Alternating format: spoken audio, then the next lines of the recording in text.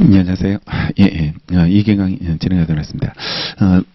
이번에 그 9회차가 되는 바람에 한 주에 그 진도 범위가 3개씩 이래 들어가니까, 대개 2기 때 한 20개 정도, 그 정도 토픽으로 이래 진행했는데, 이번에는 한 27개 정도, 그 정도 정리되더라고요. 그러니까, 한 50점씩 이래 계속 이래 시험 보는 걸로 이래 진행할 거고, 될 수 있으면 골고루 낼 생각입니다. 오늘처럼. 그러니까 뭐 3개 그 중에 2개만 낸다든지 하나만 낸다든지, 이래 내지 않고, 저는 여러분들한테 이 범위 안에 책을 한번 읽게 만드는 게 제 목적이니까, 시험 잘 보는 것보다는 오히려 그게 더 중요하니까, 골고루 찍어서 보지 않도록, 그래서, 골고루 이래 책을 다 봐야지 문제 풀 수 있는 걸로 될 수 있으면 그렇게 내겠습니다. 그런 형태로 이래 출제하고, 이걸 문제를 작년에 냈던 거하고 똑같이 안 내려고 지금 많이 신경 쓰고 있는데, 원래 변시가 1번하고 똑같이 나와버렸어요. 1번하고 변호사 시험이, 작년 이 모의고사인데, 변호사 시험이 동일하게 나와가지고 예비적 반소를 원래 변호사에서 나왔더라고. 변호사에서 출제했길래 바꾸지 않고 그냥 그대로 냈습니다. 이거는 바꾸지 않고 이게 오히려 더 중요할 것 같아가지고 정리를 이래 해드렸고, 청구 변경 단문은 반드시 외우셔야 돼. 그 단문 자체를 안 외우면 이거는 거의 언제 5개 안에 들어가는 그런 쟁점 중에 하나가 이래 되게 되니까, 이걸 계속 미루지 마시고 단문이라도 반드시 좀 외우고 이렇게 준비할 수 있도록, 뒤쪽에서 지금 안 나온 게 변경만 안 나와 있거든. 지금 병합 파트에서 출제가 안 된 부분이 변경 하나 남아 있다고, 하나 남아 있으니까, 그러니까 이거는 1순위로 놓고, 일단은 제일 중요하게 놓고 암기를 이래 해줘야지 이래 되게 되니까, 오늘 범위에서 이제 하나만 본다 그러면 변경을 봐야 돼. 변경을 보고 변경 자체를 암기할 수 있도록 되고, 그 다음에 이제 좀 여유가 되면 뭐 반소도 보고 병합도 보고 이렇게 넘어가야 되는 거지. 그 순서를 우선순위를 먼저 두고, 아직까지 이제 크게 나올 수 있는 거를 25점짜리로 출제된 오늘 문제에서도 25점이 제일 크잖아요. 그러니까 25점에 조금 더 시간을 써야 되지 않을까요? 써야 되고, 예비적 반소 같은 거는 오늘 10점이잖아요. 10점이면 반소 요건을 쓴다든지 아니면 법적 성질을 쓴다든지 이렇게 해버리면 이거는 15점보다 더 많이 쓰고 있습니다. 그러니까 더 많이 들어가게 이래 되게 되니까 분량 조절을 오히려 좀 실패하지 않았을까, 그런 느낌을 이래 되게 되고, 항상 그걸 생각해야 돼. 10점보다 15점이 더 많이, 양이 한 페이지라도 많아야지 이래 되는 거지.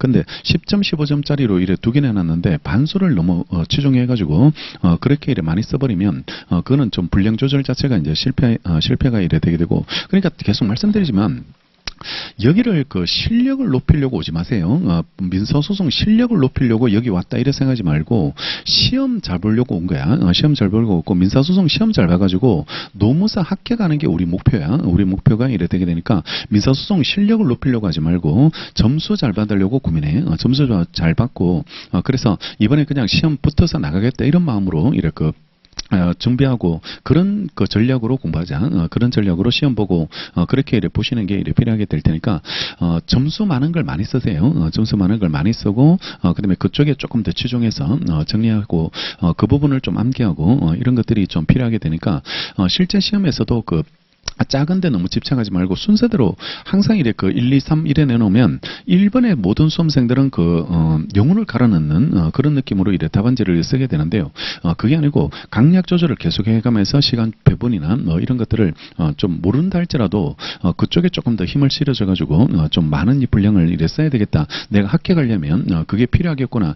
내 쓸 수 있는 걸 쓰는 게 아니야. 쓸 수 있는 걸 쓰는 게 아니고 점수 받을 수 있는 걸 쓰는 겁니다. 점수 받을 수 있는 걸 이래 쓰게 될 테니까, 그러니까 그런 전략이 꼭 필요합니다. 필요하게 될 테니까 그런 걸 생각하고 여기 오셔가지고 연습을 한다라고 그렇게 생각하시고, 다른 과목도 마찬가지로 점수를 어떻게 하면 더 받을 수 있지, 내가 혹시나 논탈하고 있는 거 아닐지, 또 점수와 멀어지는 답안지를 쓰고 있는 건 아닐지, 그런 것들을 항상 이래 염두에 두고 그걸 계속 수정해 나가야 돼. 일기를 써가면서 이번 주에 잘된 거, 잘못된 거 이런 것들을 골라놓고, 그런 부분에 대해서 어떤 부분을 내가 앞으로 더 보완하면 되는지 다음 주에 한번 그걸 공부할 때 염두에 두면서 정리를 하시고, 그 다음에 이제 잘된 거, 잘못된 거 이런 것들을 바꿔나갈 수 있는지, 그런 것들을 어느 정도 바뀌었는지 이런 것들을 2회차 때 확인하고, 다시 또 그게 3회차 때 잘 적응했는지 이런 것들을 또 확인해보고 이렇게 2기를 그 과정으로서 9번을 보내야 돼. 9번을 이래 보내시고 그게 어느 정도 이제 완성이 되면 그걸 들고 이제 3기 때 시험을 보는 거든. 시험을 보시고 그 다음에 그 3기 때 어느 정도 완성이 됐다면 그러면 그대로 이제 그 시험장 가가지고 쓰고 나오신다 이렇게 생각하시고 시험장에서는 여기서 안 했는 걸 절대로 하지 마시고 그러니까 그걸 애드립으로 막 그 응용해서 써보겠다. 폭망합니다. 그 마무리가 안 돼요. 연습 안 된 걸 쓰다가 보면 마무리가 안 되는 거기 때문에 더 잘하고 싶어가지고 막 여기서 안 했던 걸 하게 되는데 절대로 그러지 말고 그냥 여기서 했던 대로 시험 봤던 순서대로 딱 자기 전략에 맞춰서 시험을 볼 수 있도록 그걸 연습한다라고 이렇게 생각하고 거기 기기적으로 이제 쓰는 훈련들 이런 것들을 좀 하고 그리고 지적받으면 내가 뭘 놓치고 있는지 이런 것들을 확인받으면서 계속적으로 이래 정리하고 암기 안 하면 도와줄 수 있는 방법은 없습니다. 솔직히. 그러니까 여러분들이 외우지 않고 그냥 책을 읽겠다라고 하면 그거는 여기 주관식 시험에 맞지 않는 공부를 하고 있는 거고요. 그러니까 그건 단문을 좀 외워줘야지 그 답안지를 쓸 수 있게 되는 거지. 단문을 외우지 않고 그냥 학원만 나오겠다라고 하면 그는 조금 이래 수험하고는 좀 맞지 않지 않을까. 수험하고 좀 맞지 않는 그런 공부가 이래 되게 될 테니까 하나라도 더 외우고 한 줄이라도 더 쓸 수 있는 그런 공부를 할 수 있도록 하고 시간이 좀 부족하신 분들은 3개가 다 안 되면 2개라도 하고 2개도 부담되면 하나라도 외워서 이래 제대로 한번 써보라고 써보시는 게 그런 게 이래 필요하게 될 테니까 그런 마음으로 하나씩 이렇게 잡으시면 되고 절대로 본인이 지치지 말고 그러니까 해보고 또 안 된다고 자꾸 이래 좌절하고 이러지 말고 조금씩 잡아가면 돼요. 조금씩 극복해서 이래 잡아가고 그냥 실전 가서 답안지 잘 쓰려고 연습하는 거니까 그러니까 본인이 막 미리 지리심작으로 막 어떻다 저떻다 이렇게 결론 내리지 말고 하나씩 해결해 가지고 내가 시험장을 가보겠다라고 그런 마음으로 이렇게 정리하시면 되겠습니다. 1차가 25일날, 5월 25일날 시험을 보게 이래 되니까 1차 보는 주에 한 주 쉽니다. 한 주 쉬게 이래 되는데 7회차까지 하고 한 주 쉬는 거예요. 한 7회차까지 하고 한 주 쉬고 그 다음에 8회차, 9회차 이렇게 시험을 이래 보게 되니까 7번 정도는 쭉 달리고 그 다음에 한 주 쉬었다가 그 다음에 8회차, 9회차 이래 시험을 이래 보게 될 테니까요.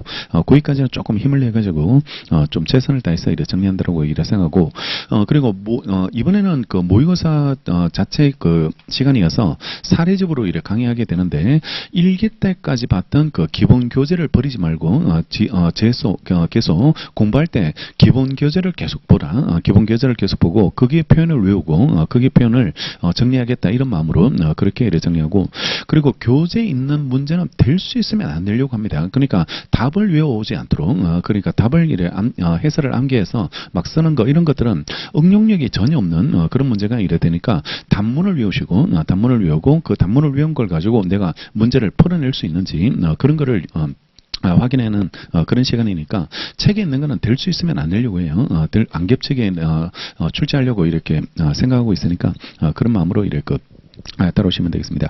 오늘 정리할 거는 객관적 병합을 이렇게 정리할 건데 청구병합, 그다음에 청구변경, 중간확인에서 그다음에 반소까지 네 가지 테마를 정리하게 되고 청구병합에서 선택적 병합이 옛날에 단문으로 한번 나왔고 그다음에 최근에 예비적 병합이 판단 누락 쟁점의 사례로 한번 출제됐습니다. 두 개가 청구병합이 2번으로 이렇게 두 번 출제가 이렇게 됐고 그다음에 중간확인의 수가 단문으로 한번 나왔고요. 반소가 단문으로 한번 나왔습니다. 반소가 이래 단문으로 나왔는데 이 반소는 사례로 출제할 가능성을 되게 유력하게 놓고 사례 문제 오늘처럼 이렇게 작은 사례나 아니면 반소 법적 성질 사례나 아니면 항소심의 반소 제기 사례나 이런 것들이 다 만들어질 수 있거든. 만들어질 수 있고 제3자 반소 쟁점도 있죠. 제3자 반소 이래 쟁점도 있으니까 제3자 반소 쟁점들 이런 사례도 만들어질 수 있고 군데군데 중요한 것들이 반소가 많이 포진되어 있으니까 그런 것들을 이래 사례 가능성을 염두에 두고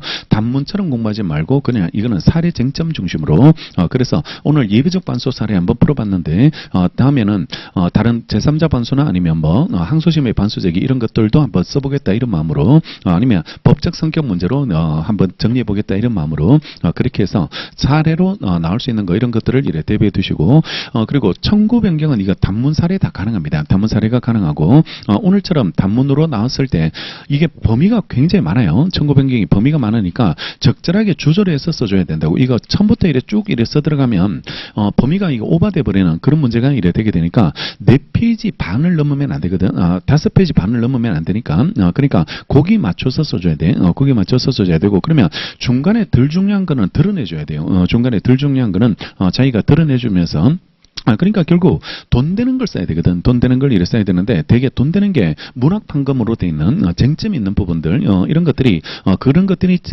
점수가 많이 포진돼 있는 그런 부분이 이래 되게 되니까 법학에서 가장 기본 목차는 요건 효과거든. 요건 효과니까 청구 변경 요건들 그다음에 효과들 이렇게 크게 두 가지 잡아주고 서술에서 이제 그다음에 취지들 이런 것들을 고려해 주시면 되고 그다음에 여기서는 이제 쟁점 자체가 교재 순서로는 이제 범위가 나오는데요. 범위 문제로 해서 범위 취지 변경, 원인 변경 이런 것들이 나오는데 그거보다는 오히려 모습이 조금 더 중요하지 않을까 제가 보면. 왜냐하면 교환적 변경에 동의 요건에 쟁점이 있거든. 동의 요건에 이래 쟁점이 있으니까 차라리 그쪽 쟁점이 있는 부분을 이래 조금 더 강조해 주시면서 처리해주면 또 오히려 득점이 더 낫지 않을까. 취지 변경, 원인 변경 써도 되지만 그거보다는 이게 더 낫지 않을까. 같은 그 분량을 쓴다면 그러면 이런 형태로 해서 이래 처리하고 그다음에 요건도 다 중요한 게 아니고 청구 기초 동일성이라는 그 관련성 쟁점하고 그다음에 사실심 계속중까지 이래 사실심 변론 종결전까지 가능하다는 거.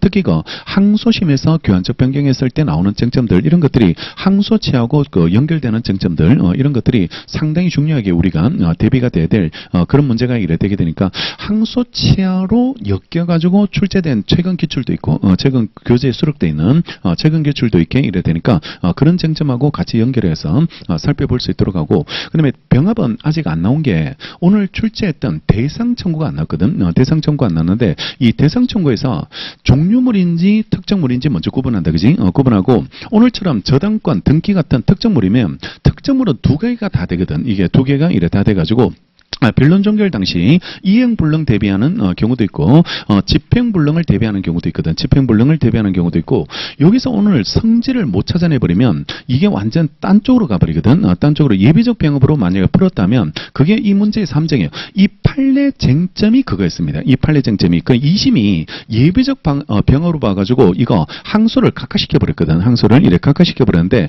그 2심에서 항소 각하된 거 항소 각하를 주의적 인용됐는데 왜 너는 예비적 청구 부분에서 왜 항소했느냐.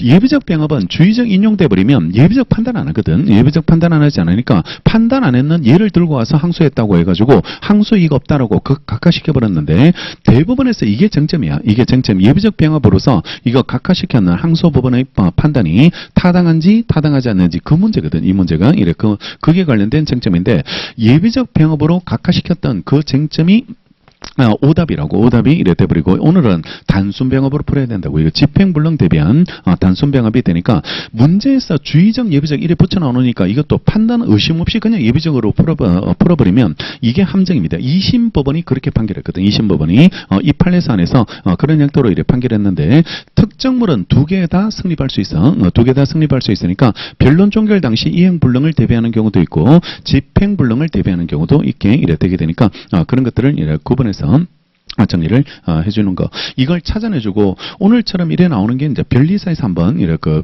대상 청구 쟁점으로 해서 이래 출제됐고 부진정 예비적 병합, 단순 병합의 성격을 갖고 있는 부진정 예비적 병합으로 접근에 들어가는 거 이런 것들이 오늘 중요한 쟁점이 이래 되고 그다음에 1번이 예비적 반소인데 이게 변호사 시험에 똑같이 나왔어요. 이게 변호사 시험만 문제하고 같은 스타일로 이래 출제됐는데 여기는 그 민법 쟁점만 고민하지 마시고 민법 쟁점이 여기서는 전혀 그 상관이 없는 문제예요.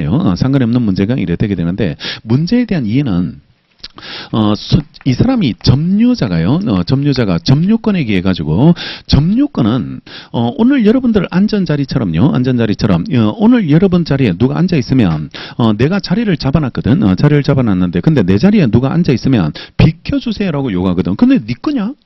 네 자리냐? 이렇게 물으면 네 게 아니잖아요. 네 게 아닌데도 근데 왜 비켜주세요라고 요구하냐 그러면 오늘 자체의 점유는 보호되거든. 오늘만 점유는 보호를 해주게 이래 되게 되니까 점유는 그러니까 본권유와 상관없이 점유 자체를 보호하는 권리고 점유하면 보호되고 집에 가면 잃어버리거든. 점유는 점유 자체는 잃어버리게 이래 되니까 점유 자체를 보호해요. 그러니까 얘가 무단 점유해가지고 지금 남의 땅을 이래 점유한다 할지라도 함부로 이걸 침탈하면 안 되거든. 침탈하면 안 되니까 점유 자체의 침탈을 이유로 이래 소송을 인도 소송이나 제거, 이래 철거, 인도와 철거를 이렇게 제거할 수, 점유권에 의해서 이래 청구할 수 있게 되는데, 근데 얘는 소유자거든. 소유자가 이래 되게 되니까 소유권에 의해서 이 사람은 내가 받아야 되거든. 내가 소유자로서 이제 권리를 이래 행사를 하겠다고 돼 있으니까 이걸 배제할 목적으로요. 이걸 배제할 목적으로 만약에 얘가 인정된다면 이게 인정된다면 나의 소유권에 대한 청구도 판단해달라 이 말이죠. 판단해달라라고 이래 요구하게 이래 되게 되니까 이게 만약에 기각되거나 각하되면 굳이 내 걸 판단할 필요 없는데 얘가 인용된다면 그때는 나의 청구를 판단해 주세요. 이렇게 청구하는 그 부분이 예비적 반소가 이래 되게 되니까 인용될 때만 판단해달라고 그렇게 요구했기 때문에 굳이 인용되지 않으면 굳이 판단할 필요 없고 제가 그냥 떠나면 판단할 필요 없고 제가 안 나가니까 내 땅에서 나가지 않았으니까 그때가 문제되거든. 그때가 문제가 이래 되게 되니까 그러니까 여기는 요 관점에서만 풀어주면 돼. 그러니까 예비적 반소라는 그 관점에서만 해결해 주면 되고 그러면 본소가 인용될 때 본소가 기각될 때 본소가 각하될 때 경우의 수 3개 그때 각각 예비적 반소를 어떻게 판단해 줄지 그 쟁점이 문제고 오늘 문제에서는 좀 어려웠던 게 항소해버렸거든. 항소해버렸을 때 항소가 2심과 확정 차단이잖아. 2심과 확정 차단이 문제가 이래 되게 되는데 그러면 2심과 확정 차단의 문제가 어디까지 미칠지 거기에 대한 쟁점들 이런 것들을 풀어서 이래 해결해 줘야 되는 그런 문제가 이래 되는 거죠. 그러니까 1번 자체가 이제 거기에 대한 쟁점으로 접근하고 민법적 관점으로 접근하지 말고 민법적 관점 그러니까 민법이 약하다 이래 생각하지 말고 그냥 예비적 반소라는 소송법적 관점으로만 풀어주면 돼. 소송법적 관점으로만 해결해 주면 될 테니까 이게 뭐 점유권을 모르고 있다 아니면 뭐 소유권을 내가 자신 없다 이런 건 아무 문제가 되지 않습니다. 아무런 문제가 되지 않으니까 그런 관점에서 정리해 주면 되겠습니다.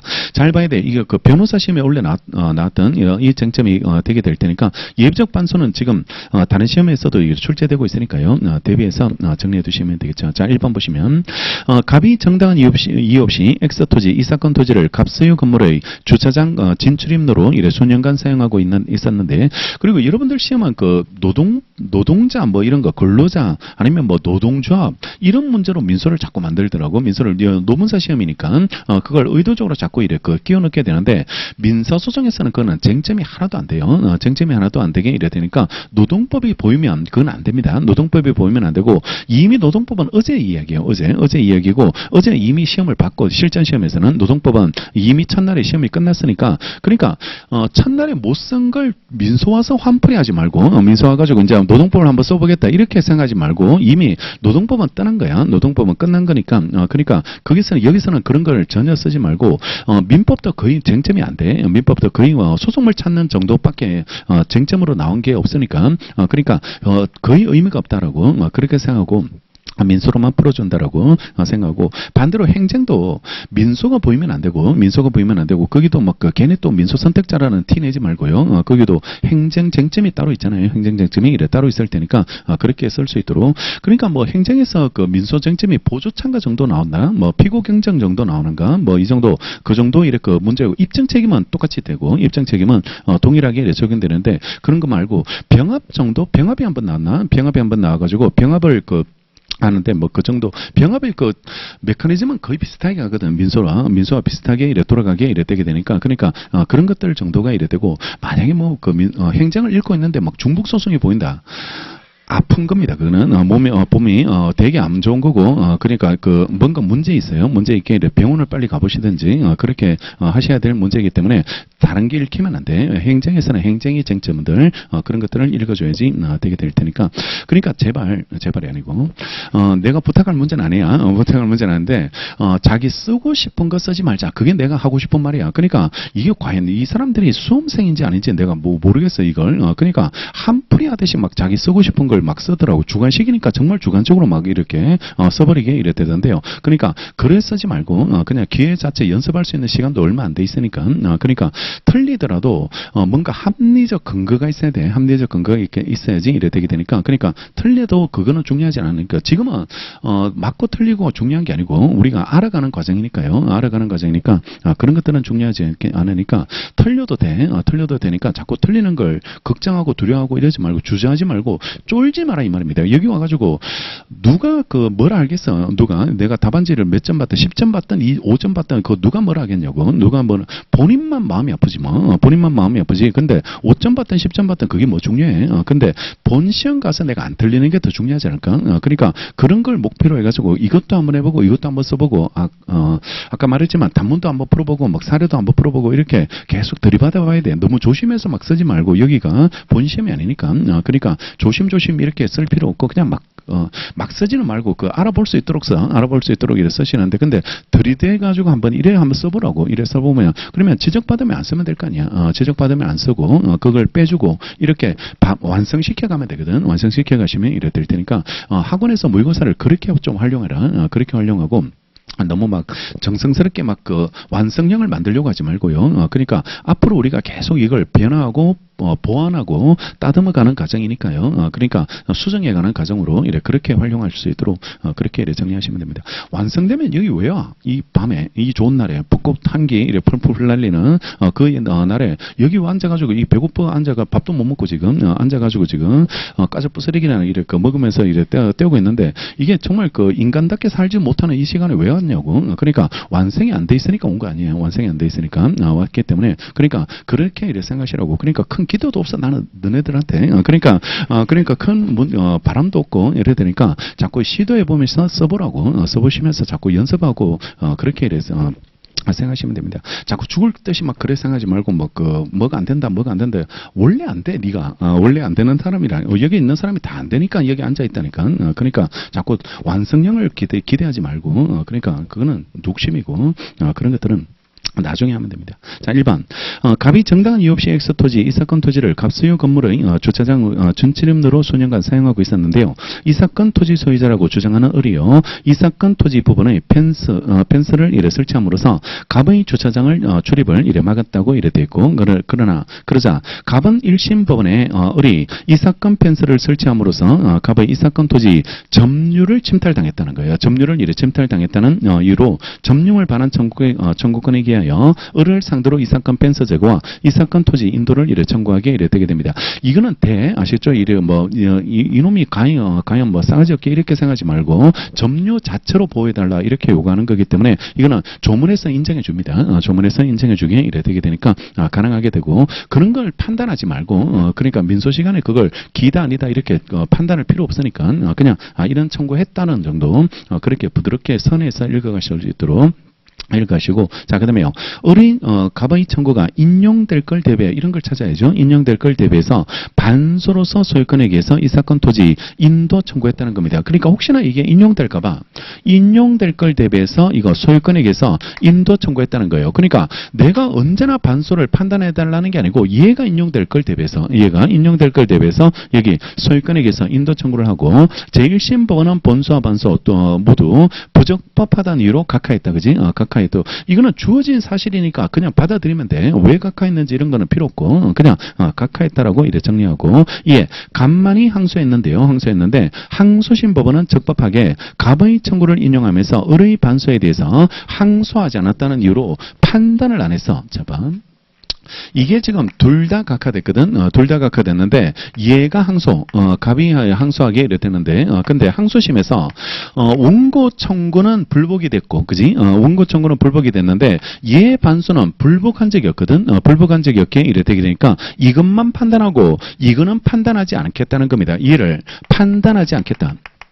판단하지 않겠다고 이래 했는데 이게 과연 타당할지가 이런 문제 되는데 얘 청구를 인용하면서 여기에 대해서 판단하지 않는 이 항소심 법원의 판단이 타당한지를 평가하는 거야. 타당한지를 이래 평가하게 이래 되게 되니까 여기에 대한 판단 여부를 따져준다. 판단 여부를 이래 따져주게 이래 되고 그러면 여기에 대한 판단을 하기 위해서는 먼저 예비적 반소의 성격과 조치를 알아봐야 되게 조치를 알아봐야지 이래 되게 되는데 예비적 반소는 본소 인용될 걸 전제로 해서 반소 제기한 걸 예비적 반소라고 부르고 언제나 반소에 대해서 판단을 구한 게 아니고 이게 인용되면 판단해달라고 요구한 거기 때문에 본소가 각하취하되면 같이 소멸하고 이게 기각되면 예비적 반소는 판단할 필요 없죠. 판단할 필요 없게 이래 되게 되는데 그러면 여기가 항소했을 때 갑이 원고가 이래 항소했을 때요. 항소했을 때 그러면 항소심 법원에서 이걸 인용하면서 얘를 판단 안 해도 될지가 이래 문제되게 되는데 첫 번째 이런 문제를 풀 때 항소하면 제일 먼저 2심. 2심되는 게 그러면 원고 본소만 2심돼요? 아니면 반소까지 같이 2심될지 반소까지 같이 2심될지가 문제되는데 이걸 하나의 전부 판결로 볼 수 있거든. 하나의 전부 판결로 볼 수 있고 병합됐다는 그 자체가 하나의 절차에 여러 개의 청구가 존재하는 거든. 존재하게 이래 되게 되니까 그중 하나만 불복했다 할지라도 전체가 2심된다. 그지? 전체가 2심되고 전체가 확장 차단이 이래 되게 되고 그 다음에 심판 대상 문제거든. 심판 대상 문제가 이래 되게 되는데 그러면 이게 지금 보세요. 이 심이 전부에 대해서 돼야 될 이유가 뭐냐 그러면 얘가 반소 제기했던 게 이것 때문에 반소 제기했거든. 본소 때문에. 그러니까 본소가 인용될 걸 염려해서 반소 제기했거든. 따라서 항소 제기해가지고 만약에 본소가 인용될 수도 있으니까 그러니까 이게 분리해서 찢어져 버리면 피고가 제기했던 반소 목적이 다 무너질 수 있는 그런 측면이 있기 때문에 같이 심대주게 만들어줘야 돼. 같이 심된다고 봐줘야 되고 그 다음에 두 번째가 심판 대상이야. 그러면 우리는 불복한 것만 심판 대상으로 이래 삼아야 되는데 그러면 얘는 이것만 지금 불복돼 있는 상태인데 과연 얘를 심판 대상으로 삼아줘도 될지가 이런 문제 되는데 예비적 반소거든. 예비적 반소예요. 그러면 예비적 반소는 얘가 인용되면 내 거 판단해 주세요. 이렇게 구한 거거든. 이렇게 구한 걸로 처리되니까 따라서 본소가 인용됐을 때는 반드시 이걸 따져줄 필요가 있는 거죠. 따져줄 필요가 있게 이래 되는 거고 예비적 반소로 제기됐기 때문에 예비적 반소로 이래 제기됐기 때문에 본소가 인용된다면 내 거를 판단해 달라는 요구로 이래 구했기 때문에 실질적으로 이거는 불복한 바 없다 할지라도요. 불복한 바는 없다 할지라도 예비적 반소라는 그 측면 때문에 얘가 인용된다면 반드시 이거 조건부로 구한 거기 때문에 반소를 따져줘야 됩니다. 반소를 이래 따져주는 게 필요하게 이래 되고 따라서 항소심이 이것만 인용하고 이걸 배척한 거, 판단하지 않는 거 이런 것들은 타당하지 않다라고 심판 대상으로 이래 삼아줬어야 된다라고 결론을 이래 내려주면 되겠죠. 그러니까 예비적 반소기 때문에 같이 심된다고 봐야 되고 예비적 반소기 때문에 같이 심판 대상이 된다. 인용된다. 이게 인용이 안 됐으면 굳이 판단할 필요가 없는데 인용됐다면 그때는 이거는 인용될 때를 조건부로 이래 심판을 구한 거기 때문에 반드시 판단해 주는 게 타당하다는 게 판례입장이 되게 됩니다. 자, 먼저 로마체 2번 반소의 법적 성질에서 1번 예비적 반소가 이래 나와 있고 자 2번 예비적 반소 심판 방법이 나오는데요. 예비적 반소는 본소 청구가 인용될 때를 대비해서 조건부로 반소 청구에 대해서 심판을 구하는 조건부 반소고요. 이때 본소 청구가 각하취하되면 반소 청구는 소멸되고 본소 청구가 기각되면 반소 청구에는 아무런 판단을 이래 유하지 않게 됩니다. 그래서 사안의 경우 피고 예비적 반소는 본소 청구가 인용될 걸 조건으로 심판을 구한 것으로서 제1심이 원고 본소 청구를 배척한 이상 피고의 예비적 반소는 제1심의 심판 대상이 될 수 없고요. 이와 같이 심판 대상이 될 수 없는 소에 대해서 제1심이 판단하지 않았다 하더라도 효력이 판단했다 하더라도 이거는 효력이 없게 이래 됩니다. 그러니까 이거는 인용될 걸 대비해서 판단을 구하면 되니까 얘가 이 부분에 대해서 이 부분 자체가 인용됐을 때만 판단을 내려주고 인용 안 됐을 때면 굳이 판단할 필요 없거든. 따라서 이걸 각하하는 것도 타당하지 않는 거야. 각하하는 것도 이래 타당하지 않아요. 그러니까 1심에서 예비적 반소를 각하하는 것도 이것도 심판 대상으로 삼아서는 안 되는 걸 각하한 거든. 각한 걸로 이래 보게 이래 되게 되니까 각하 자체가 잘못된 겁니다. 그러니까 여기서 이게 왜 문제가 되냐 그러면 자기가 배척당했다든지 어떤 패소당한 사람은 불복을 할 수 있거든. 불복을 할 수 있게 이래 되게 되는데 근데 여기서 이 예비적 반소를 각하시켰다는 것 자체가 원래는 이게 판단을 없이 그냥 끝났어야 되거든. 이게 취하각하되면 얘도 그냥 같이 소멸되는 것으로 이래 끝났어야 되는데 굳이 예비적 반소를 판단 안 해도 되는 예비적 반소를 각하했다고. 각하했으면 이 각하는 의미 없는 걸로 봐야 되는 거 아니냐는 겁니다. 의미 없는 걸로 봐줘야지 이래 되게 되니까 언제나 각하가 필요한 게 아니거든. 언제나 각하가 있어야 될 사안이 아닌데도 불구하고 각하를 낸 거기 때문에 각하 자체가 잘못된 겁니다. 각하 자체가 잘못되고 따라서 이 각하 자체가 잘못됐으니까 여기에 대한 불복 여부나 이런 거를 판단해 줄 때 이걸 고려 대상으로 각한 사람이 왜 불복 안 했을까? 이렇게 따져주면 안 돼. 이렇게 따지면 안 되고 그 자체는 잘못된 각하로 봐야 돼. 잘못된 각하로 봐야 된다는 거고. 자, 로마자 3번 항소심의 이심범인데요. 사안에서 그 본소 청구를 각한 제1심 판결에 대해서 원고만 항소했을 때 항소심의 심판 대상이 원고가 항소한 본소 청구뿐인가 아니면 본소 청구와 관련된 예비적 반소도 그 대상이 될지를 지금부터 따지는데 제일 먼저 심판 대상보다 먼저 따져야 될 게 2심입니다. 2심 되는 범위부터 2심이 돼야지 일단 심판 대상의 문제를 그 다음에 이래 판단할 수 있게 이래 되고 아예 2심이 안 되고 불리확정되면 이걸 고민할 필요가 없거든. 심판 대상을 고민할 필요가 없으니까 2심 됐을까? 2심 되지 않았을까? 항상 출발을 그렇게 이래 잡으시고 자 1번 2심 범위 원고가 제1심에서 각하된 본소 청구에 대해서 항소했을 때 예비적 반소도 본소 청구와 함께 확장 차단되고 2심 되는 걸로 보겠다는 겁니다. 왜냐하면 예비적 반소는요. 본소 청구가 인용될 때를 대비해서 또는 본소 청구 기각이나 각하를 해제 조건으로 해서 예비적 반소 심판을 신청하는 것이기 때문에 항소심에서 제1심에서 각한 본소가 인용되는 것으로 판단됐을 때 항소심에서 이게 인용으로 바뀌어버렸을 때 그때는 예비적 반소가 심판 대상이 될 수 있어야 되거든. 될 수 있어야지 되기 때문에 1심은 각하로 끝났으니까 같이 소멸했는데 항소심에서 이게 인용으로 바뀌면 그때는 얘도 같이 판단을 해줄 수 있어야 되기 때문에 그러니까 같이 심되는 것으로 처리되고 그러면 같이 심된다고 했을 때 이걸 항소심에서 같이 판단해 줘야 될지 심판 대상 문제가 그다음 심판 대상 문제가 그다음인데요. 밑에 판례 보시면 피고가 제1심에서 각하된 반소에 대해서 항소를 하지 않았다는 사유만으로 이 사건 예비적 반소가 항소심의 심판 대상으로 될 수 없는 것은 아니라고 봐요. 왜냐하면 예비적 반소는 본소가 인용될 때를 대비한 조건부 청구고 따라서 항소심으로서는 원고의 항소를 받아들여서 원고 본소 청구를 인용한 이상 피고 예비적 반소 청구를 심판 대상으로 삼아서 이를 판단했어야 된다라고 이래 판시하게 이래 돼서 예비적 반소도 항소심의 심판 대상으로 삼아줄 수 있게 이래 삼아야지 이래 된다는 게 판례고 소개를 또 판례에 따르면 피고가 제1심에서 각하된 반소에 대해서 항소를 하지 않았다는 사유만으로 이 사건 예비적 반소가 항소심의 심판 대상으로 될 수 없는 것은 아니라고 봐요. 그러니까 아까 말했지만 1심 각하가 의미 없는 거거든. 이게 잘못된 각하이기 때문에 거기에 대해서 이 사람이 항소하지 않았다고 해서 심판 대상으로 배제할 건 아니고요. 따라서 항소심으로서는 원고 항소를 받아들여서 원고 본소 청구를 인용한 이상 피고 예비적 반소 청구를 심판 대상으로 삼아서 이를 판단해 줘야 돼. 판단을 해줄 것이 이래 필요하고 마지막 설문의 결론, 사안의 결론 항소심의 적법 여부를 처리해 주시면 이래 되게 되겠죠.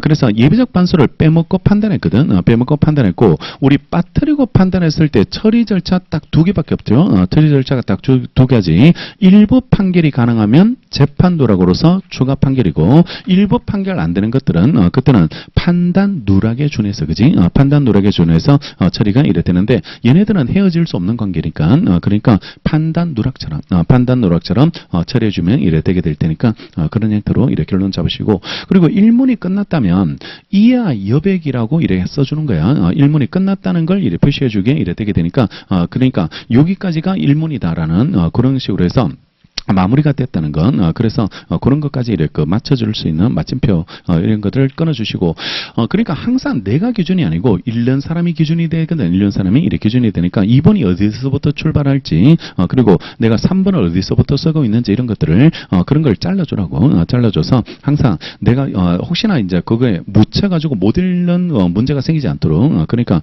그런 것들도 항상 이렇게 제목을 써준다든지 문제를 구분해서 써주실 수 있도록 보여줄 수 있도록 이렇게 정리해 주시면 되겠습니다. 잘 보자. 이게 예비적 반소가 다른 시험에서 나왔길래 제가 작년에 이래 냈는데 올해 변호사가 이걸 똑같이 냈더라고. 이런 형태로 이렇게 똑같이 냈기 때문에 최근에 다른 시험에서 이게 자주 나오고 있다는 말이에요. 자주 출제가 되고 있으니까 예비적 반소 이런 것들을 잘 정리해 놓고 잘 기억해 쓰면서 정리하시면 되겠습니다.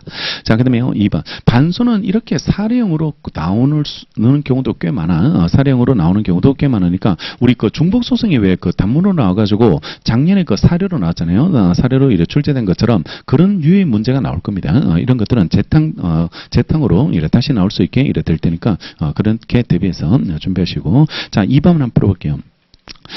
가번을 상대로 주의적으로 건재당권 설정 등기 회복 등기 절차 이행을 구하고 예비적으로는 위 건재당권 설정 등기 회복 등기 의무가 집행 불능될 때를 대비한 전보배상으로요 금 3억 원의 지급을 구하는 소를 이래 제기하게 이래 되게 됩니다. 그러니까 이 사람이 회복 등기를 먼저 구하고 회복 등기를 주의적으로 회복 등기 이거 불법 말소됐는지 이걸 회복 등기를 해달라고 하고, 혹시나 이거 회복 등기가 안 될 걸 대비해서 전보배상 손해배상으로 3억을 등기를 회복할 수 있으면 등기가 회복되면 되고, 만약에 등기가 회복되지 않는다면 손해배상으로 받겠다고 이렇게 전보배상을 청구하게 이래 되게 되는데요. 제1심 법원이 주의적을 인용하고 예비적 청구를 이렇게 기각했는데요.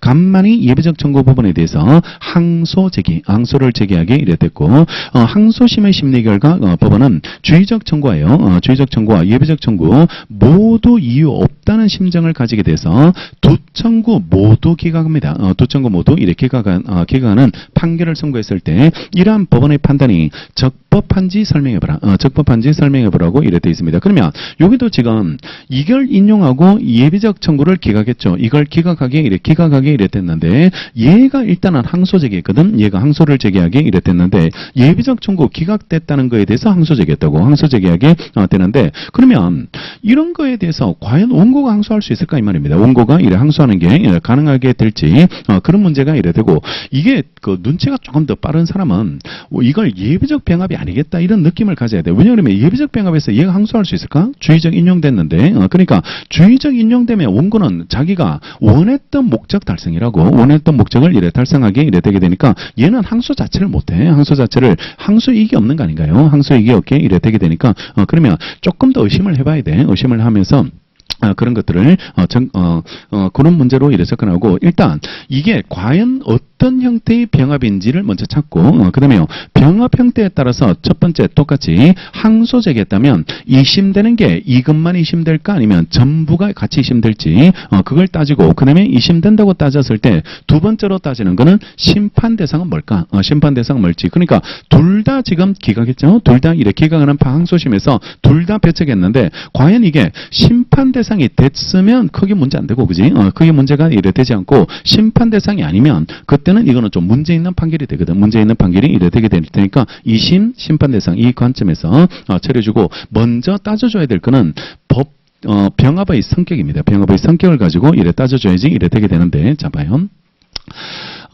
우리가 종료물일 때와 이런 종료물일 때와 특정물, 그림, 도자기 이런 것들이 나오게 이래 되게 되는데, 특정물은 다시 이행 변론 종결 당시 변론 종결 시까지 이행 불능을 대비해서 이행 불능 될 걸 이래 대비해서, 그러니까 목적물 그림 달라라고 청구하면서 혹시나 목적물이 변론 종결 시에 존재하지 않을 거, 이걸 대비해서 만약에 목적물 그림이 존재하면 그림 인용을 거부하고, 만약에 그림이 존재하지 않는다면 그때는 손해배상으로 대신 손해배상으로 받겠다 이렇게 청구하는 경우도 있고, 나중에 승소 판결문 들고 강제 집행하러 갔는데 집행 불능될 걸 대비해서 집행 불능될 걸 대비해가지고 강제 집행이 되지 않을 걸 대비해서 대상 청구하는 경우도 있거든. 대상 청구하는 경우도 있게 되니까 특정물은 두 가지가 다 가능하다. 그지? 두 가지가 다 가능하니까 이게 나왔는지 이거 나왔는지 구분해줘야 돼.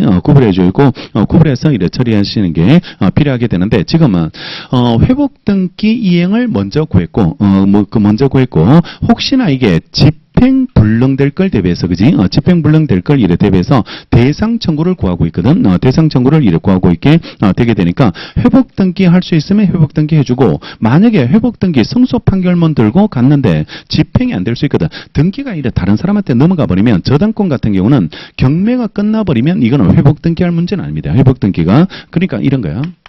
이 민법 이야기를 자꾸 하게 되는데. 참고로 그냥 듣자. 참고로 이래 들으시면 이래 되는데 등기가 이렇게 불법 말소되는 경우가 간혹 있어. 등기가 원인 없이 이렇게 불법 말소되는 경우가 이렇게 이래 되는데 등기는 효력 발생 요건이야. 내가 어떤 권리를 취득하기 위해서는 186조에 따라서 등기가 이래 필요하게 되는데 존속 요건은 아니거든. 존속 쭉 등기가 돼 있어야 된다. 이거는 존속 요건 아니기 때문에 원인 없이 내가 내 건데 누가 위조해서 이렇게 등기를 가져가는 경우가 있잖아. 그러면 그거는 그 사람이 위조해서 가져갔기 때문에 원인 무효지 내가 정당하게 판 게 아니잖아요. 판 게 아니니까 여전히 나는 불법 말소 당했던 나는 여전히 소유자거든. 여전히 소유자로 이렇게 평가받게 되는데 이것도 마찬가지 원인 없이 말소됐다고 해서 저당권이 사라졌다 이렇게 평가되진 않거든. 저당권이 사라졌다고 평가되지 않으니까 이 사람은 언제든지 이걸 회복해달라 다시 부활해달라 회복해달라 이렇게 요구할 수 있어. 저당권은 사라지지 않으니까 저당권은 사라지지 않기 때문에 그때는 여전히 부활시켜달라고 할 수 있는데 근데 여기에 다른 사람이 어떤 사람이 경매 신청해서 이게 경락까지 끝나버리면 경락까지 끝나버리면 경매 절차 안정 때문에요. 경매 절차 안정 때문에 이 경매가 무효가 아니면 이때는 끝입니다. 이때는 끝이고 그때는 이 사람은 손해배상이나 다른 문제로 해결해야 돼. 이게 집행불능이야. 집행불능이 이래 될 때를 대비하고 이게 판결 확정 전에 경매가 돼버리는 경우도 있고 판결 확정되고 나서 이거 승소 판결만 들고 갔는데 이게 경매가 끝나버리게 되는 경우가 있고 이때는 회복등기 안 돼. 회복등기 안 되고 대신 돈으로 밖에 이래 손해배상 문제로 처리가 이래 되게 되는데 지금 이걸 구한 거라고 이걸 이래 구하게 이래 되게 되니까 자기가 회복등기를 구하고 회복등기가 이유 있다면 이유 있을 때 그때 승소 판결이 나오면 내가 만약에 회복등기가 안 되면 이걸 달라는 거거든. 회복등기가 안 되면 그러니까 회복등기 자체가 안 되면 이것 자체가 만약에 이 사람이 회복등기 할 게 아니고 정당하게 잘 말소된 거야. 만약에 불법 말소가 아니야. 불법 말소가 아니고 정당하게 잘 말소되면 이게 안 되면 회복등기 자체가 인정되지 않으면 이거는 대신 손해배상으로 해달라. 이런 말 자체는 안 되고 이런 말 자체는 허용되지 않게 이래 될 테니까 이게 인정된다면 내가 못 받았을 때를 대비해가지고 이걸 달라는 거거든. 이걸 달라고 요구하게 이래 되게 되니까 이거는 단순병합, 부진정, 예비적 병합 A가 있으면 B를 달라 이런 느낌이 이래 되니까 A가 인정될 때 무효임을 확인해주고 무효라면 내가 준 물건 이걸 돌려달라 이런 구조거든. 문장이 이런 구조이기 때문에 회복등기가 인정되면 회복등기를 해주고 만약에 회복등기 자체가 부정되면 이것도 부정이고 이것도 이래 부정이고 회복등기가 인정된다면 만약에 못하면 대신 돈 이런 식으로 대신 손해배상을 구하게 이래 되게 되니까 이거는 단순병합의 성격입니다. 두 개 승소 판결이고 이걸 우리가 부진정 예비적 병합으로 부른다. 자 다시 A가 먼저 판단해보고요. A가 무효. 이걸 먼저 판단해보고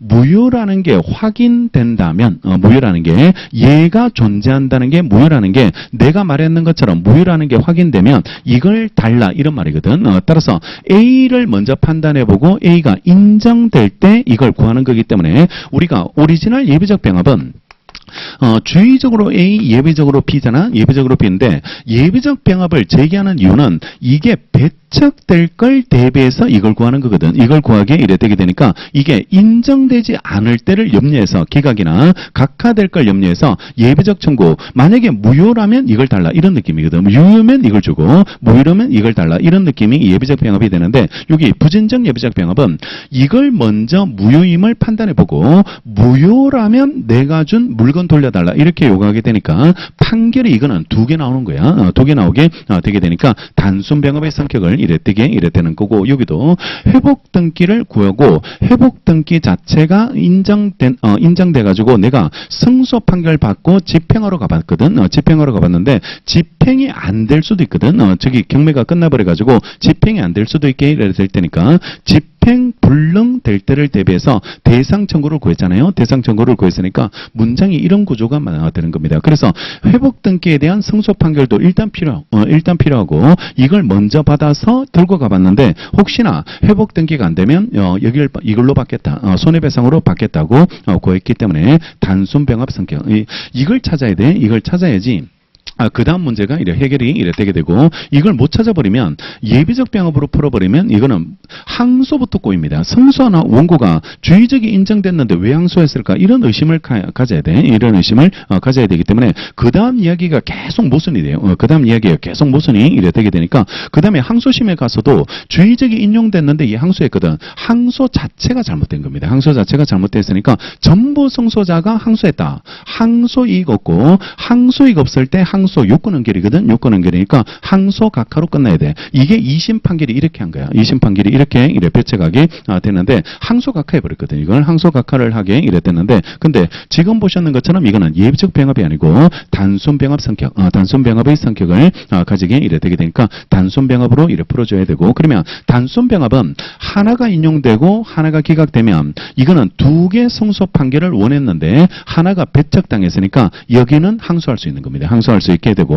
항소익 긍정, 항소익이 긍정이 되게 되고, 자 그다음에요. 항소됐다고 했을 때 2심은 A만 이심될까 아니면 B까지 같이 이심될까가, B에 대해서 불복했을 때 A도 같이 이심될지인데 이거는 하나의 전부 판결, 전부 판결 중 일부에 대해서 불복하면 전부 판결 중 일부에 대해서, 그러니까 이거는 인용, 이거는 기각이잖아. 기각이면 여기에 대해서 불복하면 전체가 이심된다, 그지? 전체가 상소 불가분은 측의 적용을 받아서 전체가 이심이 되게 되니까 예비적 그 기각당하는 부분 항소하면 이 그림에 따라서 하나의 전부 판결이기 때문에 그중 일부거든. 그중 일부니까 전부가 이심되는 것으로 처리되고, 대신 이심은 전부 되지만 얘도 이심되고 얘도 이심되지만 지금 불복은 어디?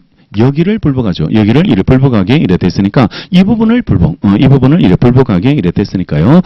예비적만 심판 대상으로 삼아야 돼. 여기는 예비적만 심판 대상으로 삼아줘야지 되고, 주의적은 불복 대상이 아니라고, 불복 대상이 되지 않게 되니까 불복한 부분이 아니니까 심판 대상이 되지 않게 되겠죠.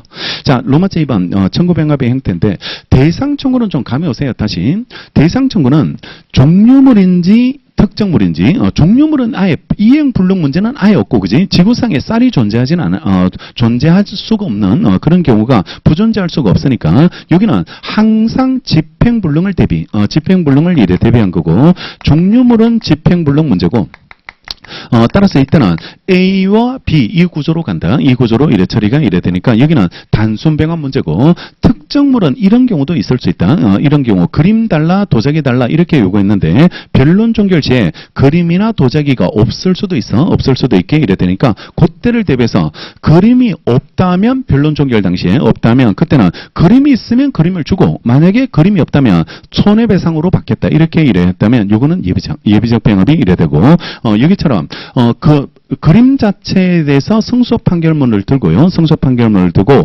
강제 집행하러 간, 변론 종결 당시에 그림이 있어가지고 승소 판결문을 받았고, 이 판결문을 들고 집행하러 가봤는데 그때 집행이 안 돼. 어떤 이유로 부셔졌다든지 팔아버려가지고 집행이 안 되게 된다면 그때는 이 그림으로 가는 겁니다. 여기하고 같은 구조로 처리되니까 단순병합의 성격, 승소 판결이 나왔는지 나오지 않는지 거기에 따라서 여기 구분해서 정리하고, 오늘은 여기 집행불능 될 때를 대비했기 때문에 단순병합으로 처리가 되게 되겠죠.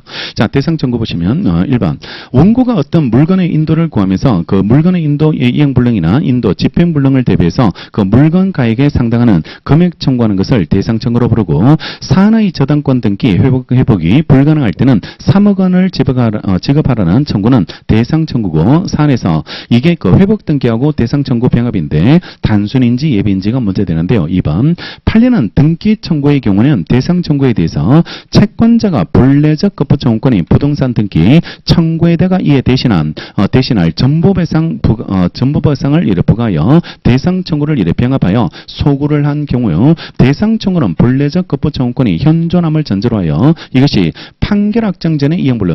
여기는 그 변론 종결 전 이행불능 그걸 말하는 게 아니고 여기 경매가 왜 판결 확정 전에 그 경매가 끝나버리는 이런 경우도 있거든. 그러니까 그 판결 확정 전에 이행불능 등기 자체가 이래 찾아올 수 없게 되는 이런 경우도 이래 생길 수 있게 이래 되게 되니까 그러니까 이행불능의 문제가 변론 종결 당시 이게 그 물건이 없다 이런 느낌이 아니에요. 이런 느낌이 아니고 등기 자체를 찾아올 수 없게 되는 이런 경우도 생길 수 있으니까 요 판례 찾아보면 이 판례 세 가지가 다 똑같이 요래 이행불능 또는 집행불능 이렇게 이래 평가하는데 우리 기준점의 이행불능, 집행불능 이걸 말하는 게 아니고 등기 자체가 판결 확정 전후를 걸쳐서 그게 넘어오지 못하는 경우도 있을 수 있으니까 요 표현의 의미를 두지 말고 우리 기준점 이걸 구별하는 이행불능, 집행불능은 변론 종결 시 이행불능인지 집행불능인지 그게 기준점이지 판결 확정 전후가 아니잖아요. 우리는 판결 확정 전후가 이래 아니니까 여기는 등기라는 그 측면 때문에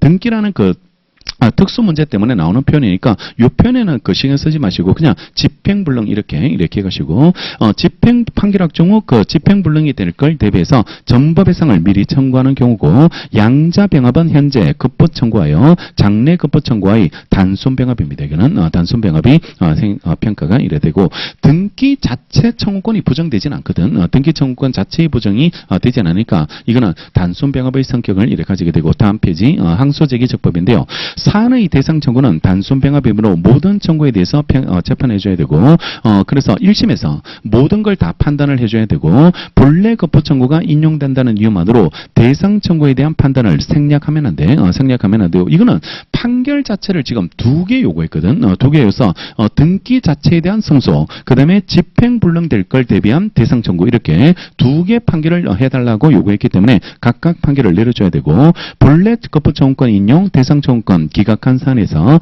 예비적 병합처럼 원고에게 항소이익이 없다고 할 수는 없는 거예요. 원고에게 항소이익이 이게 예비적 병합에서는 주의적 인용되고 예비적 기각되면 항소 자체 안 돼. 항소 자체가 이게 허용되지 않는다고 갈란에 봐봐요. 갈란에 주라고 돼 있는데 요게 항소심 판결 요지입니다. 항소심 판결에 내용이 되게 되는데 사안의 청구 병합이 예비적 병합에 해당한다면 주의적 예비적 청구 병합은 주의적 청구 인용을 해제 조건으로 예비적 청구에 관한 심판을 구한 것으로서 주의적 청구가 인용되었기 때문에 예비적 청구는 해제 조건 성취로 소멸입니다. 그러니까 무슨 말이냐면 얘가 혹시 인용되지 않을 걸 염려해가지고 지금 이걸 판단해달라고 요구했거든. 그러니까 일단은 매매계약에 유효하면 나는 매매대금 받고 싶은데 혹시 매매대금이 인정되지 않으면 매매계약에 유효가 아니어서 이게 인정되지 않아서 무효라면 그때는 내가 준 거 돌려받겠다. 이런 느낌이 이래 되게 되니까 반대로 이게 인정돼 버리면 자기가 원하는 1차적 목적이 달성돼 버렸거든. 달성돼 버렸으니까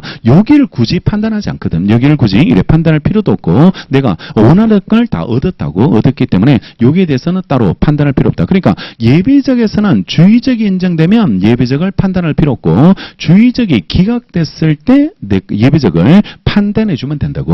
판단해주면 되니까 그걸 말하고 있는 거죠. 그 부분을 정리하게 이래 되고 따라서 갑의 예비적 청구에 대해서 항소한 것은 항소 대상 적격이 없어서 부적법이었어요. 항소심은 항소 각하 판결을 이래 내리게 됩니다. 이거는 아예 판단 자체를 못해. 판단 자체를 할 수 없게 이래 되게 되니까 주의적 인용되고 예비적 기각됐을 때는 이게 예비적 자체에 대해서 심판 대상 자체가 불복 대상이 되는 그런 문제가 아니기 때문에 이거는 패소한 부분에 대해서 잘못 항소한 걸로 이래 봐야 되니까 이거는 대상을 잘못 고른 걸로 봐서 각하로 끝내야 돼. 이게 항소심에서 이렇게 판결했다고. 항소심에서 이렇게 판결하게 이래 되는데 여기는 예비적 병합이 아니거든. 예비적 병합이 아니고 단순 병합이기 때문에 이 판결의 태도가 잘못됐다는 겁니다. 이 판결의 태도가 잘못됐다고 보게 되고 그 다음에 로마자 4번 항소심의 본안 판단 1번 2심 사안의 주의적 청구 인용과 예비적 청구 기각 판결에 대해서 갑이 예비적 청구에 대해서만 일부 항소를 제기했는데요. 단순 병합은 전부 판결에 일부 상소했을 때 상소 불가분 원칙이 적용되어 전부 2심되고 불이익 변경 금지 원칙이 적용되어 항소한 청구만 일부 심판 대상이 이래 되게 됩니다. 자 다시 청구 병합 부분에서 우리가 절차의 종결, 심판, 절차의 종결 부분, 그 부분이 이제 중요하거든. 그 부분이 이제 중요하게 되는데, 거기서 제일 먼저 나왔던 게 속가산정과 병합요건 심사가 1번, 그 다음에 오른쪽 페이지 2번에서 심리의 공통이 나왔고, 그 다음에 3번이 종국 판결 부분이 나와서 목차가 이래 그 속가산정과 병합요건, 심리의 공통, 그 종국 판결 이렇게 나오고, 종국 판결은 다시 단순 병합일 때와 선택적 예비적 병합 이렇게 구분했다. 왜 이렇게 잘랐냐 그러면 얘는 일부 판결이 되고 얘는 일부 판결이 안 되거든. 일부 판결이 변론의 분리 일부 판결이 안 되니까 선택적 예비적 병합은 같이 설명하고 단순 병합을 따로 단순 병합을 이래 따로 설명하는데 단순 병합은 이게 일부 판결도 되죠. 일부 판결도 이래 가능하게 이래 되게 되니까 그러니까 단순 병합에서 하나를 빼먹고 판결하면 일부 판결이 되니까 재판 누락이 되기 때문에 추가 판결이 되고 그지? 추가 판결이 되는 것으로 이래 처리가 되는 거고 일부 판결에 대해서 불복하면 일부만 판결했기 때문에 얘는 아직 본안 판결, 종국 판결이 나오지 않았거든. 나오지 않았으니까 여기에 대해서만 항소하면 B만 항소심으로 이심되고 이거는 아직 본안 판결을 받아본 적이 없거든. 받아본 적이 없으니까 얘는 같이 이심되진 않죠. 같이 이심되진 않는데 이거하고 구별할 게 일부 판결이 아니고 전부 판결 중 일부 전부 판결 중 일부에 대해서 항소하면 그때는 이거는 하나의 전부 판결이거든. 하나의 전부 판결이니까 일부 판결에 대한 항소와 구별해서 전부 판결 중 일부에 대해서 항소하면 이거는 항소 불가분 원칙에 따라서 둘 다 이심돼. 둘 다 이심되는데 대신 이심은 둘 다 되고 확정 차단이 된다 할지라도 심판 대상은 여기에 대해서만 지금 불복이 돼 있거든. 여기에 대해서만 불복이 이래 돼 있으니까 이것만 심판 대상이 되고 얘는 아직 항소나 부대항소가 없으면 심판 대상은 아니다. 그지? 심판 대상으로 삼을 수 없게 이래 되니까 요 이야기 나오잖아요. 단순병합에서 요 이야기가 이래 나오게 되니까 지금 요걸 설명하고 있는 거죠. 요걸 이래 설명하게 되니까 전부 판결 중 일부니까 전부 판결 중 일부 주의적 인용 예비적 기각에 대해서 예비적 기각을 불복했으니까 그러니까 전체 이심되고 전체가 확정 차단되지만 심판 대상은 예비적에 국한됩니다. 따라서 주의적 청구와 예비적 청구가 전부 이심은 되지만 예비적 청구 부분만 심판 대상이 이래 되는 것으로 평가하시고 자 2번 항소심 법원의 판단 적분인데요. 사안에서 항소심의 심리 결과 법원은 주의적 청구와 예비적 청구 모두 이유 없다는 심정을 가지게 됐는데 항소심의 심판 대상은 예비적 청구 부분뿐이죠. 예비적 청구 부분뿐입니다. 따라서 예비적 청구에 대해서만 심판해줘야 돼. 예비적 청구에 대해서만 심판해줘야 됩니다. 따라서 예비적 청구에 대해서만 재일심 판결이 정당하다는 이유로 항소를 기각해야 된다. 그러니까 여기 지금 둘 다 이유 없거든. 둘 다 이유 없으니까 이것도 이유 없고 이것도 이유 없는데 이미 1심에서 얘가 이유 없다고 판결해 둔 게 있잖아. 1심에서 이유 없다고 판결해 뒀으니까 항소가 괜히 항소한 거죠. 그러니까 항소 기각 원판결 정당한 걸로 그냥 원판결 그냥 정당하다라고 정리해주면 된다는 거고 따라서 예비적 청구에 대해서만 1심 판결이 정당하다고 항소기각 판결을 했어야 되는데 그럼에도 항소심이 모두 심판 대상으로 봐서 모든 청구에 대해서 청구기각 판결을 선고한 것은 항소심의 심판 범위에 대한 법리를 오해했기 때문에 위법하다라고 이렇게 평가하게 됩니다. 심판 대상이 되지도 않은 주의적을 판결한 겁니다. 주의적을 이렇게 판결한 게 되게 되니까 이런 것들은 잘못된 판결로 이렇게 처리되는데 뒤에 이야기는 그나마 좀 괜찮은데 출발이 틀려버리면 이거는 뒤에 이야기까지 다 틀려버리는 그런 구조가 되고 항소심이 그렇게 판단한 거야. 항소심이 그렇게 이렇게 판단했는데 그렇게 판단한 것 자체가 잘못됐다고 이렇게 평가하게 되게 되는 거죠. 이게 대상 청구 쟁점으로 이렇게 정리되고 대상 청구로 나올 수 있는 가장 어려운 문제 같아요. 이게 가장 어려운 문제가 이래 되니까 괜히 도자기 쌀만 이렇게 공부하고 있다가 갑자기 이제 그 등기가 이렇게 나와가지고 그러니까 도자기가 나와줘야 되는데 그지? 도자기가 나와주든 아니 그림이 나오든지 뭐 이렇게 그렇게 나와주든 아니면 쌀이 나오든지 뭐 이렇게 해야 되는데.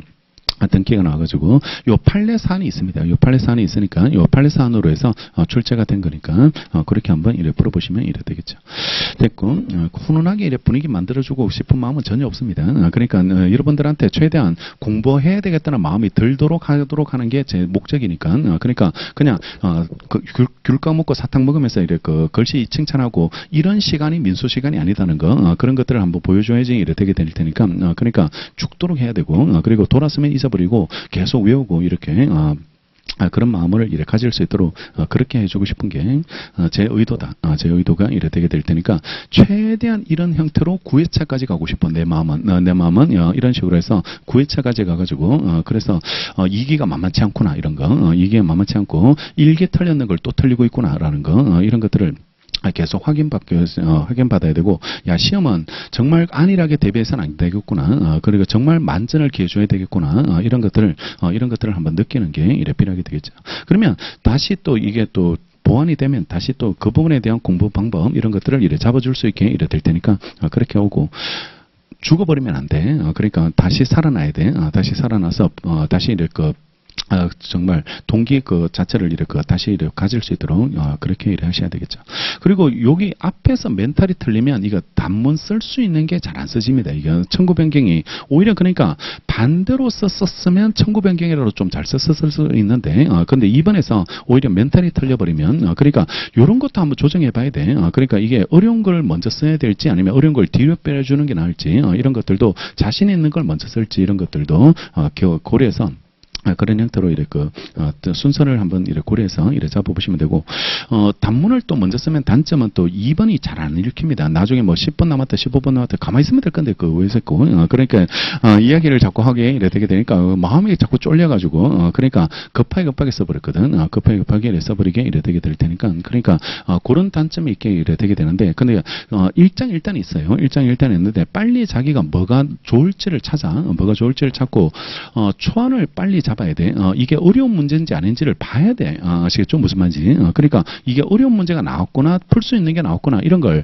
판단해야 된다고. 그래야지 이게 얼마 남아도 나는 쓸 수 있겠다 이런 느낌을 이렇게 가지게 되는데 그 판단 없이 쓰는 게 좀 문제고 그 판단 없이 쓰는 것도 이걸 단문을 먼저 써야 되겠다 이런 거 판단도 안 하고 그냥 막 이렇게 쓰는 것도 그것도 좀 문제가 있게 이래 될 테니까 쓸 수 있는 게 나왔는지 아닌지 이런 것들도 잘 확인하고 그런 걸 다 연습해 봐야 돼. 실전에서 생길 수 있는 그런 많은 변수들, 이런 것들을 다 경험할 만큼, 이렇게 경험하시고, 그 다음에 실전에 가야지. 그래, 그 떨리는 마음에서 쓰는데 그게, 제대로 되겠어요? 제대로 되겠냐고. 그리고 또 첫날 시험이나 잘 봤으면 다행인데, 근데 첫날 제대로 못 봤지, 또 잠도 제대로 못 자거든. 그러니까 뭐, 첫날도 2시간, 3시간 이래 뒤척뒤척 하다가 겨우 1시간 자다가 가고, 그리고 첫날 시험 보고 와가지고 이제 둘째 날 준비하는데 그게 막 졸음도 쏟아지지. 그다음에 또 다음날 그 행정은 또 봐야지. 안 보면 이게 써지나 이게 써지지도 않게 이래 되니까 그러니까 그런 마음으로 책을 보고 시험장 갔는데 행정 보고 두 번째 시간에 이걸 보거든. 이걸 보게 이래 되. 즉 시간도 많지도 않거든. 많지도 않고 바로 시험을 대받쳐서 이래 시험을 보게 이래 되게 되니까 그러니까 여유 있는 시간도 없다고. 그러니까 많은 준비를 하고 가야지 이걸 써진다고. 써지게 이래 되게 되니까 그러니까 연습을 정말 극한 훈련을 해줘야지. 그래야지 이걸 우리가 쓸 수 있게 이래 되니까요. 그러니까 많은 연습을 하고 이래 가셔야지 이래 되는 거죠. 자, 그 다음에 청구 변경 단문인데 일단은 제가 그 중요한 거 위주로 이래 모아봤어요. 모아봤고 이래 청구 아까 말했던 청구 취지 변경 원인 변경 이런 것들은 빼고요. 모습으로 해서 이쪽이 쟁점이 있지 않을까라고 이래 생각해서 교환적 변경, 추가적 변경 이런 것들을 이래 정했고 여기서는 판례 따라야 됩니다. 안 그러면 요건에서 항소심에서 교환적 변경할 때 동의 없이 할 수 있다. 이 표현하고 모순이 돼버려요. 여기 이시훈 교수님 교훈에 따라버리면 그러니까 본문 내용하고 충돌이 생길 수 있기 때문에 여기서 동의 필요 없다는 걸 만들어놔야지 요건에서 항소심에서 교환적 변경할 때 동의 없어도 된다 이렇게 자연스럽게 이어질 수 있게 이래 될 테니까 여기서 판례를 따로 놓고 판례를 확인해 놓고 정리를 해 두시고 그다음에 추가적 변경이 문제고 추가적 변경은 원고가 어떻게 추가했는지에 따라서 3개 단순 선택 예비 이렇게 모습이 3가지로 나타날 수 있고 불명하면 성명해야 돼요. 물어봐야지 이가 어떤 형태의 변경을 했는지를 물어봐야지 이래 되고 관련 판례가 신청구가 부적법한 경우까지 구청구가 취하되는 교환적 변경이라고 보지 않는다는 거 이런 이야기를 써주고 그다음에 요건에서는 여기 1번하고 3번을 잘 써야 됩니다. 1번하고 관련성 특히 청구기초 동일성, 청구기초 동일성이 뭘 의미하는지에 대해서 학설, 판례, 검토 이렇게 3가지 하고 중요한 거는 법적 성질 써줘야 돼. 청구기초 동일성이 피고 방어권 침해를 방지하기 위해서 피고 이익보호 때문에 요구되니까 사익입니다. 사익이고 사익적 요건이니까 하자 지우될 수 있다는 거 그렇게 기억하고 공익 하나 쓰면 되겠죠. 사익 하나 썼으니까 공익 하나 쓴다. 그래서 2번 지연을 써주는 거고 지연을 너무 많은 분량을 쓰지 말고 그냥 간단하게 줄여가지고 현재의 절차를 제한시켜서는 안 된다고. 이거는 공익이죠. 공익이니까 이 없어도 이래 직권으로 조사를 해줘야 되고, 잘 써야 될 거는 3번. 그러니까 이쪽이 이제 판례가 많은 쪽이 배점이 많을 겁니다. 배점이 많게 이래 될 테니까, 그러니까 판례가 모여 있는 부분을 잘 쓰라고. 잘 쓰시는 게 오히려 득점에 이래 도움이 되고, 그리고 단문은 완결을 시켜줘야 돼. 완결을 시켜줘야 되니까 서설, 요건, 효과 이렇게 해가지고 완결을 시켜주게 이래 되고, 뭐 관련 문제를 하나 쓰든지 아니면 위반의 효과를 쓰든지 뭐 아니면 오늘처럼 심판으로 쓰든지 뭐 이런 식으로 해서 요건 효과, 요건 심판 이런 형태로 해서 완결을 지을 수 있도록 그렇게 정리하고 5페이지 반 정도 써야 된다 그래서 중간에 끊어지는 게 최악입니다. 중간에. 그러니까 쓰다 마는 거 있죠. 쓰다 마는 거. 그러니까 요건까지만 쓰고 뭐 심판을 못 썼다든지 아니면 심판 1번만 썼다든지 이게 최악이니까. 그러니까 딱 5페이지 반이 딱 완성이 될 수 있도록 그러니까 단문이 토픽 하나가 만들어질 수 있도록 그렇게 완성형을 만들고 중간에 분량이 좀 많아진다 그러면 드러내면 돼. 드러내니까 공익 같은 거 이런 거 지연을 줄인다든지 뭐 이런 식으로 해서 자기가 분량 조절을 그렇게 해가시면 되고, 이거 분량 오버됐다고 옛날에 지적했다 그랬죠. 분량 오버됐다고 지적했으니까 25점을 6페이지 이상 썼다고 해서 그걸 채점평했었다고 교수님이 채점평했었으니까 그 오버되는 것도 그 지적받아요. 지적받게 이래 되고 감점 당할 겁니다. 감점 당하고 그때 당시에 중복 소송을 8페이지 썼는데 그 사람들 55점 넘는 사람이 잘 없었습니다. 55점 넘는 사람이 이래 잘 없었으니까 그 정도로 점수를 안 줬어요. 점수를 주지 않았으니까. 그러니까 계속 말씀드리지만 점수에 맞게 써야 돼. 자기 쓸 수 있다고 많이 쓰면 그거는 오히려 합격에서 멀어져 버립니다. 멀어지게 이랬다니까 그게 창작 점수 이런 거 없어요. 이런 거 없으니까 딱 25점 안에서 요즘처럼 점수별로 그 문항별로 점수 따로 나오잖아요. 지금. 그러니까 1문 따로, 2문 따로, 3문 따로 이렇게 문항별로 점수가 따로 나오니까 여기 잘 썼다고 해서 1문이 도움받고 이러진 않는다고. 이러진 않게 되니까 문항별로 점수를 그 따로 매기고 있으니까 그러니까 따로따로 그 잘 써야 돼. 따로따로 이래 잘 쓰시는 게 필요하게 되죠. 자, 3번. 사실적인 계속되고 변론 종결 전까지 이래 종결 전까지 이래 돼야 되는데 2번. 항소심에서 교환점 변경 여기를 잘 들으라고 여기를 잘 써야지 되는 거고, 상고심에서는 소변경 안 되죠. 상고심에서는 소변경 안 되지만 항소심에서는 상대방 동의 없이 소변경하는 거 소변경하는 게 가능하고, 다만 항소심에서 교환점 변경하고 나서 일기 때 그때 중복 소송 쟁점 하나 썼는 거 기억나? 일부 청구했을 때 왜 중복 소송 쟁점을 하나 냈는데 상고심 진행 중 표현 기억나? 상고심 진행 중. 그러니까 다수설이 일부 청구했을 때 잠보 청구를 받아주지 말자고 봐. 왜냐 그러면 교환적 변경, 추가적 변경이 되니까 청구 변경이 되니까 왜 이 사람이 일부 청구했다가 왜 잠보를 별수로 제기하냐 이 말이거든. 별수로 제기하느냐. 그러니까 일부 청구해서 그냥 청구 취지를 확장해가지고 충분히 그 소송에서 나머지를 받을 수 있는데 굳이 그걸 별소 제기하는 것 자체를 굳이 인정해줄 필요가 없지 않을까라고 해서 다수설은 그걸 중복소송으로 배척시켜버리거든. 받아주지 않게 되는데 요 제한이 있는 거예요. 요 제한이 상고심에서는 안 돼. 그래서 그때 문제가 상고심 진행 중이었거든. 상고심 진행 중이었기 때문에 그러니까 그때는 이거는 청구 변경이 안 된다고. 청구 변경이 안 되니까 그 다수설이 문제가 있는 거야. 문제가 있다라고 그렇게 이래 설명해 드렸죠. 그런 것들이 기억나면 돼. 그런 것들이 이렇게 기억나시면 되니까 그때 일기 마지막에 일부 청구 쟁점 그런 것들 풀었는 거를 기억해서 이래 정리하시면 돼. 걱정하지 마. 이기 때 또 볼 거야. 이게 또 이래 보게 이래 될 테니까. 그러니까 이기 때 충분하게 일부 청구. 그런 일부 청구로 지금 출제될 가능성이 되게 높아. 되게 중요한 논점이 될 테니까 잘 봐야 됩니다. 1번.